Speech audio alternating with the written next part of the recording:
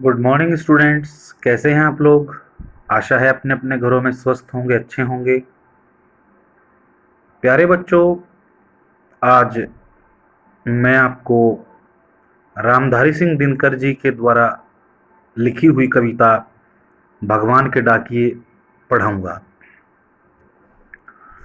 इस कविता को पढ़ाने से पूर्व मैं दिनकर जी के विषय में आपसे दो एक बातें करना चाहता हूं।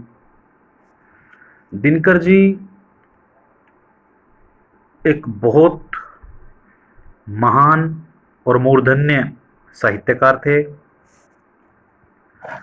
उन्होंने गद्य और पद्य दोनों में समान रूप से रचनाएं लिखी और इतनी प्रसिद्धि पाई कि एक व्यक्ति अपने जीवन में कम ही इतनी प्रसिद्धि प्राप्त कर पाता है। दिनकर जी वास्तव में अपने राष्ट्र से, अपने देश से और प्रकृति से बहुत प्रेम करते थे। उनकी रचनाओं में कई बार ये भी देखने को मिला है कि उन्होंने अध्यात्म को कितने सूक्ष्म तरीके से पढ़ा है। हमारा एक महाकाव्य है महाभारत, उनकी घटनाओं पर आधारित उन्होंने खंड काव्य लिखा है रश्मिरथी। बेहद प्रसिद्ध खंड काव्य है।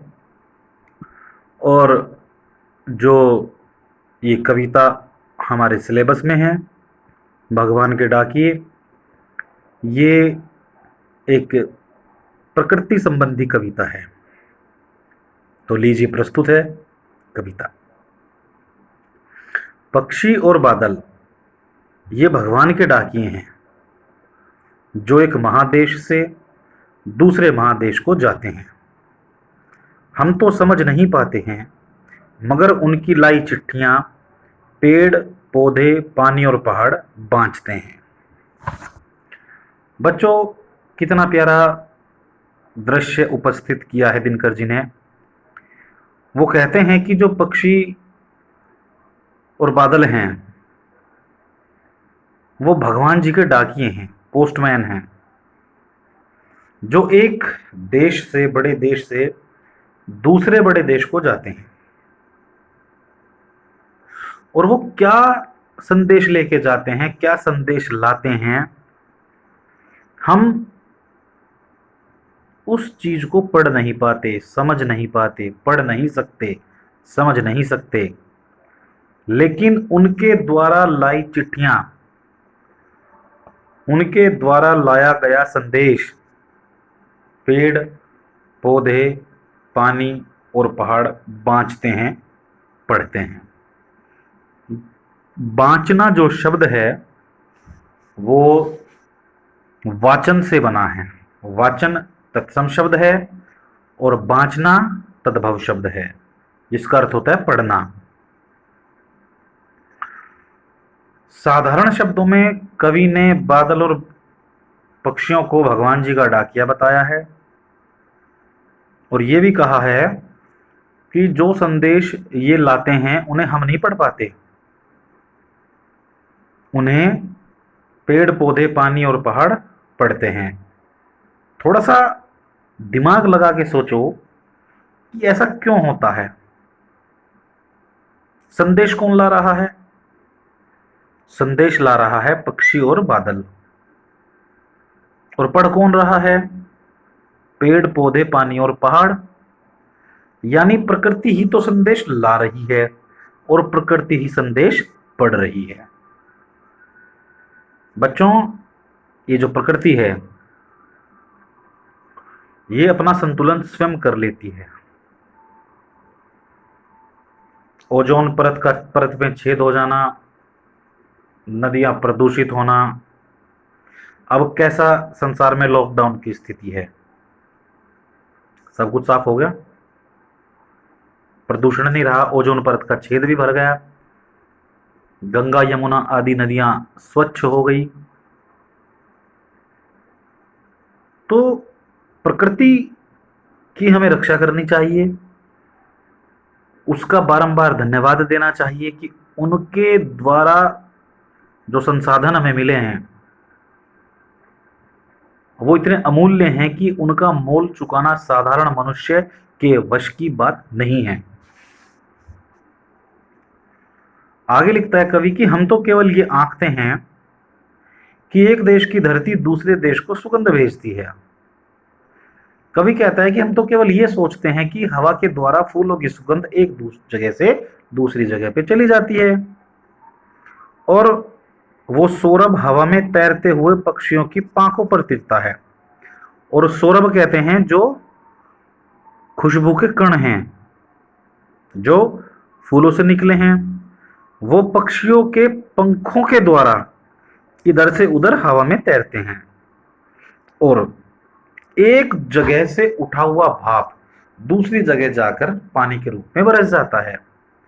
कवि कहता है कि हमसे तात्पर्य साधारण इंसान से है, कि हम तो केवल इतना समझ सकते हैं, इतना जानते हैं कि एक जगह का जो भाप है वो दूसरे देश में पानी बनकर गिरता है। और कवि ये भी कहता है कि जो पक्षियों के द्वारा सुगंध के कण इधर से उधर जाते हैं, हम तो केवल यही सोचते हैं कि बस इनके द्वारा सुगंध ही इधर से उधर होती है और पानी एक जगह से दूसरी जगह, एक जगह से भाप बन के उठता है और दूसरी जगह जाके वो गिर जाता है। यानी कि जो भगवान के डाके हैं पक्षी और बादल, उनके द्वारा जो संदेश लाया गया है उसके विषय में साधारण मनुष्य अनभिज्ञ है। और अनभिज्ञता इसलिए भी है क्योंकि हम उसे पढ़ने की कोशिश नहीं करते। नहीं तो आपने देखा होगा जैसे कि